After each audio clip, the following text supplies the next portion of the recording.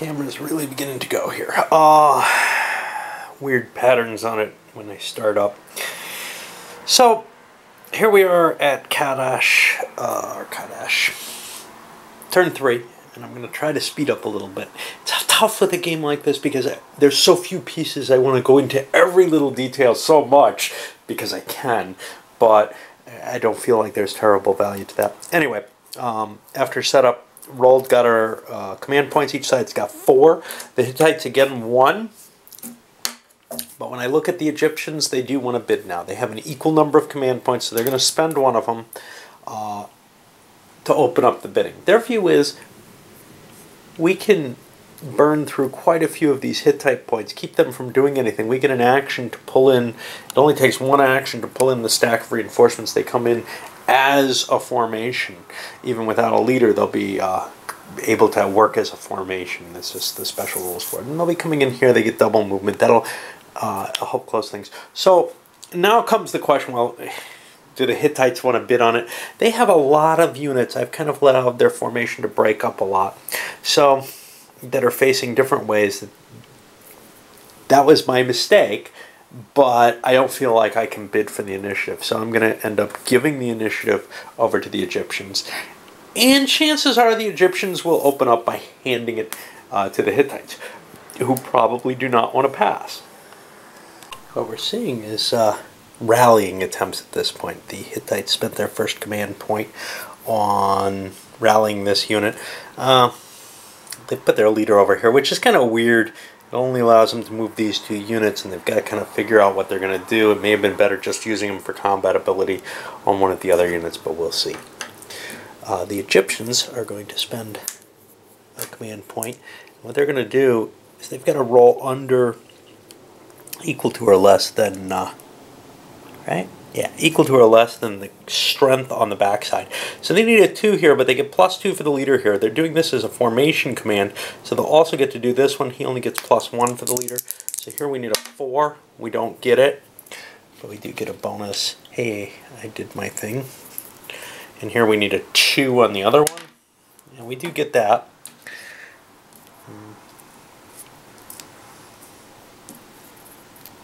That's life.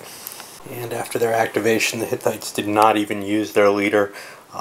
They've swept into place here, and from behind here, they rallied this unit. The Egyptians fired on these light infantry who are crossing. They were trying to, I don't know, you know, they've got no way because they've got to stop after they cross, but the hope is if they can take the camp out, then I can sweep more troops in or whatever. But we've got the reinforcements coming into play. And it's only turn 3. Turn 5 is where we start rolling for end of game.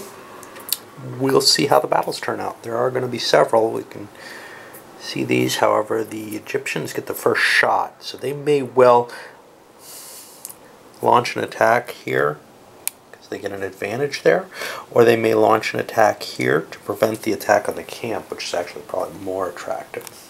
The phrasing here is kind of painful. If the advancing attacking unit is a non-light cavalry type.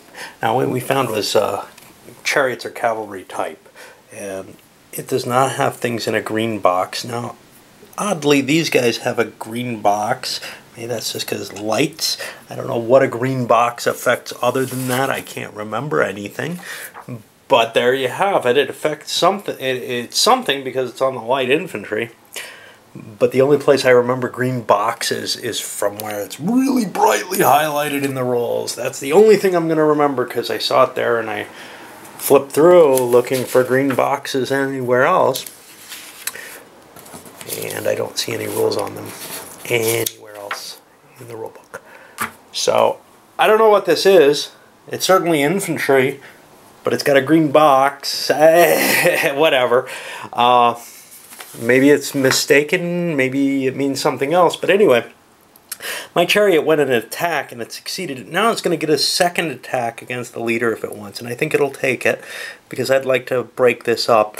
I destroyed one of the MM's mixed media troops, and that caused some additional points towards panic for the Egyptians. When I start to calculate this, I don't like the odds.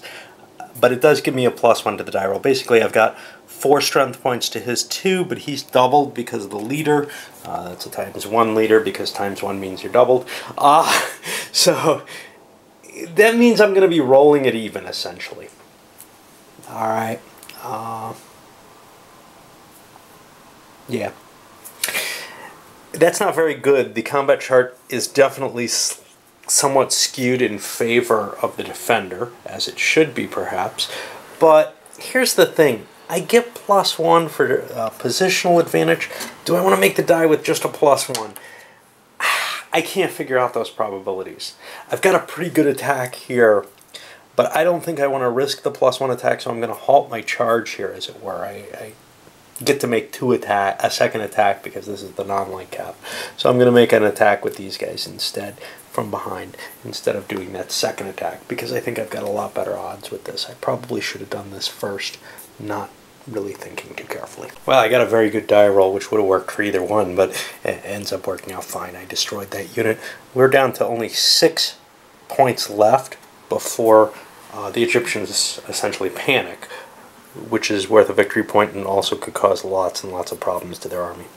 I didn't really note this. The infantry moved forward. During the action phase, the camp fired at them. I don't think I did. What that did that's kind of cool... Well, no, that didn't do much. I don't even know if I marked that. I did attack with these chariots, though. And what that did that's kind of cool, other than damaging the chariots, and it doesn't look like they damaged the light infantry at all, was it put a red marker on the light infantry so they couldn't attack the camp. Now, it hurt the chariots, which sucks for the Egyptians, though. Start of the 4th turn, and big disparity in command points. 4 of them over to the Hittites, only 2 for the Egyptians. The Egyptians got the initiative chit. The Hittites didn't want to spend an activation. Their command structure is so scattered all over the place. They want to make sure that they get to move their 4 units, because that's what it comes down to. And you see leader placements. The Egyptians managed to drop a leader over here, or they're a leader over here, which will allow them to move those 3 units. That seemed like the most economical use. We'll see, because these guys can't really move up very far. Got the Hittites dropping a quick activation to rally a unit. The Egyptians refuse to take an action here. They're willing to wait and play this out a little bit further. They're kind of worried that they're going to lose the entire battle. Strength-wise, they may be losing a point due to greater control of the battle here.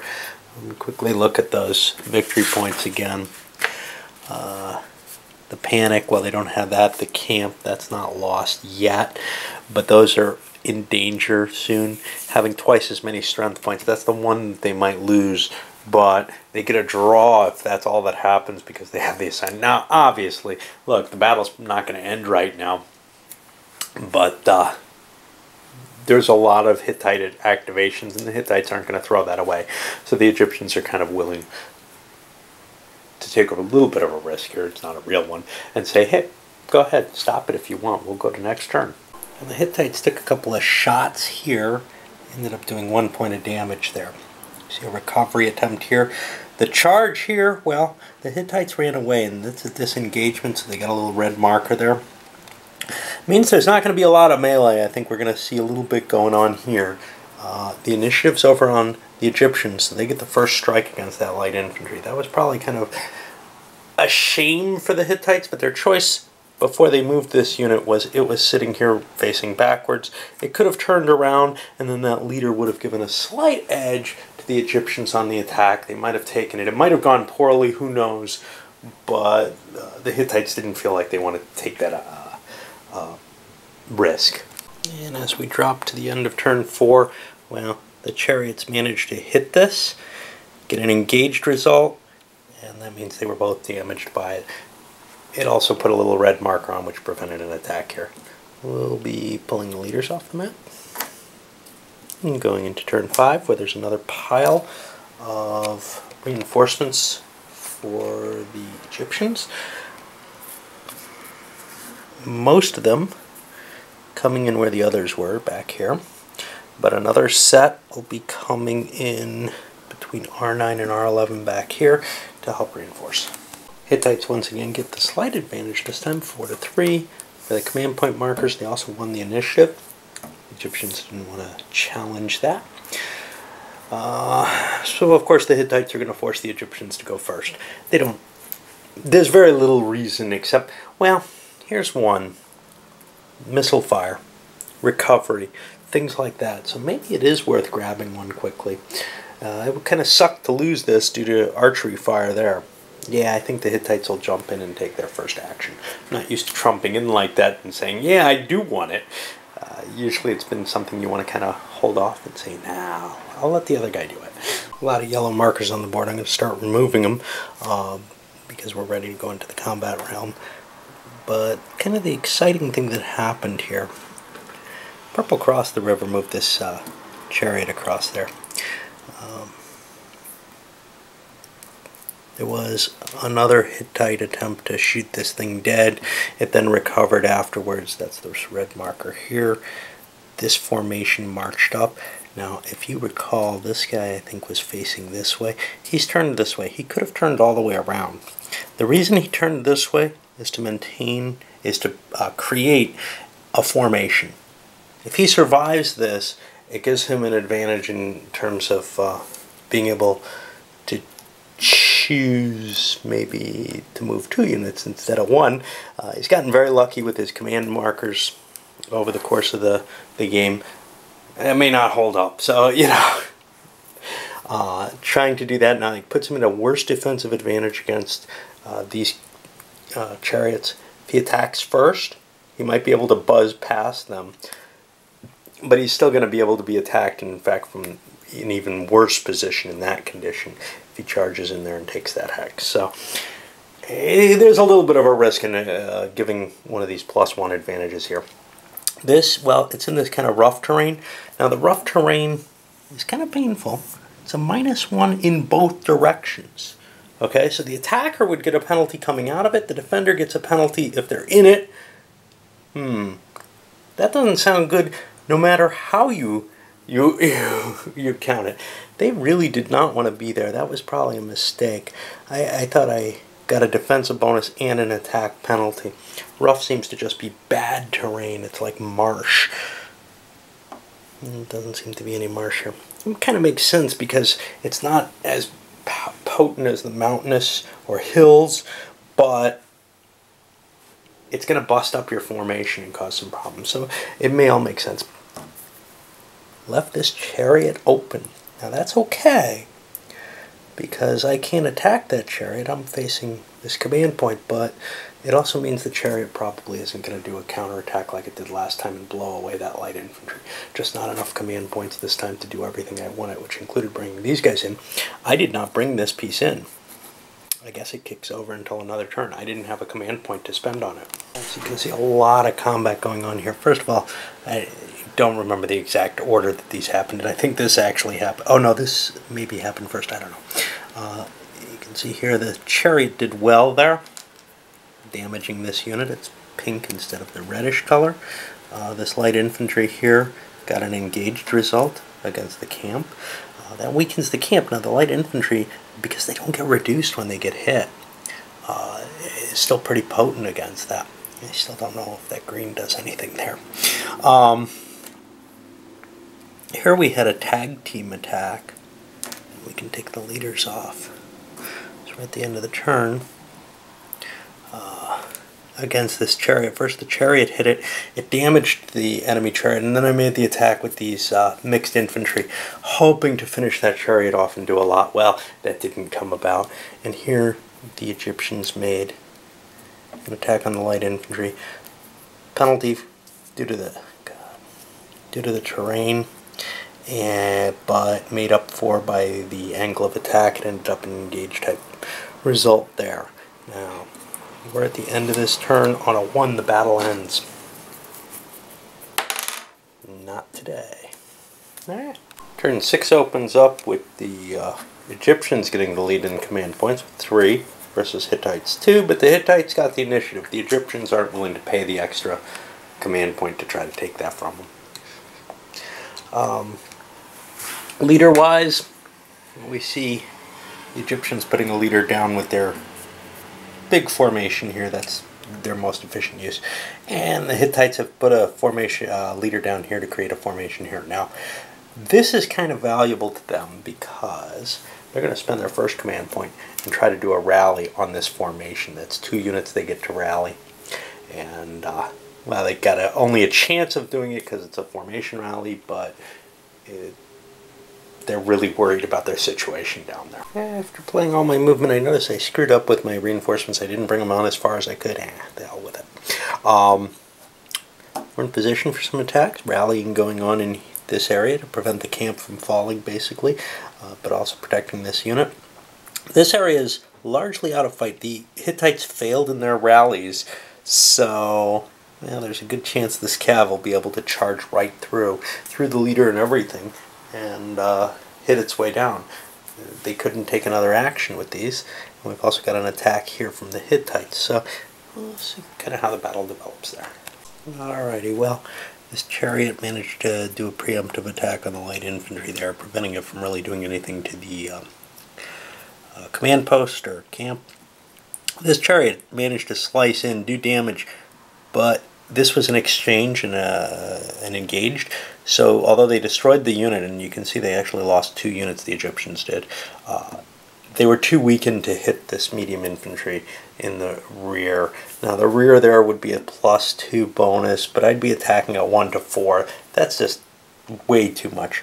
The Egyptians here failed. They got an engaged result, which was not sufficient for, well, it damaged them and not the unit that was under them, and I can remove the leader now. And then over here, this light infantry knocked out the other light infantry that was there, just taking an opportunity attack. Whoever got the first swing there, and they had the initiative, was going to get the bonus. Make a quick check for end of game. And the game's still not over. Start of the new turn 7. The Hittites got 4 command points to only 2 for the Egyptians. They also won the initiative. The Egyptians sure as hell aren't going to pay one of so few command points. Now the Hittites have a lot of reorganization type actions to take. They've got a lot of damaged units, and the Egyptians still have this force ready to strike. We'll see how potent that can be. It's going to be tough getting through here. 1, 2, 3, 4. We're not going to be able to, we could get into this hex, but we could get there anyway. So we're not going to really get a good strong thrust against the Hittite positions there just because of the distance. The lack of command points put some definite stress on the Egyptians here. They didn't even move the force that they defined as a command here.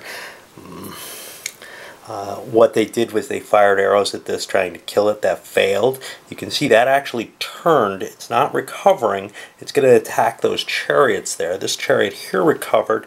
These guys turned to face it. Then they got shot from behind with that, and that was a successful shot. We got rallying here by the Hittites. Definitely going to see some fighting going on. I think probably down here. Ugly combination of actions in play here, I think. Combat goes well for the Hittites. They ended up slashing through with the chariots. Now they were in good shape, so then they hit the camp as well. I did not make an attack with this chariot, did I? No. I took my chances, and the light infantry did not get a high enough difference in the values to get above the engaged result. Since they were both damaged, neither one actually gets hurt by it. And this was just an archery fire. Over here, this chariot wiped out the unit that it attacked. So things are looking pretty grim for the Egyptians. They're at the panic level. If this goes another turn, they will be suffering from panic. Let's see if it does. It does not. That's the end of the game. I'll calculate out the points and we'll see what happened. So if we look at the points, it's 1 victory point for causing the enemy army to panic. Well, we didn't get to the panic stage. The battle ended before a panic happened. I think we're fine. Victory point for eliminating a camp? No. Both players have their camps still in place. A glorious slaughter, having twice as many total strength points as the map as your opponent does when the game ends. Well, I calculated those out, and the Hittites have 27 points on the map. The Egyptians have 10. So the Hittites get that, and there's little markers for these things. They don't, You don't really need this one, the battlefield control one. There's a victory point. And the Egyptians have the additional point for that. So we're at 0, that's a draw. And gee, how historical. Alright, well, I screwed up a couple of times here. Probably with rules. I seem to remember having done so well. So with not advancing these, the Egyptians could have hit one more time. Maybe that would have made some significant difference. You can definitely see this is not, and I think we'll get more and more to this, this is not that puzzle type of game. This is, you know, what you expect from a war game. You're throwing, especially an ancient game, you're throwing troops against each other. There's a high chance of variability on these attacks. The balancing dice would change that tremendously, because this, wow, you make attacks and you've got a chance of that 6 versus 1 roll, which can really change the whole nature of that little engagement. Getting little bonuses like, hey, if you have a lot of hard little decisions here, like if I have a 1 strength point against this 2 strength point, well, if I attack him, I'm going to be at -2 for size, but that's it. But if he attacks me, he'll be a +2 for size, +1 for angle of attack, so he'll be a +3, which is better. You know, should I take the -2? Well, I have to get bigger than him or I'm going to get hurt. Okay? Well, I have to get bigger than or equal to. Just going by the, well, these greater thans I'm going to make, those really are greater thans. The blank spaces, I'll try to interpret them as best as I can. And I'm sure there's errata for that, but I am also pretty sure that I'm handling it close to well.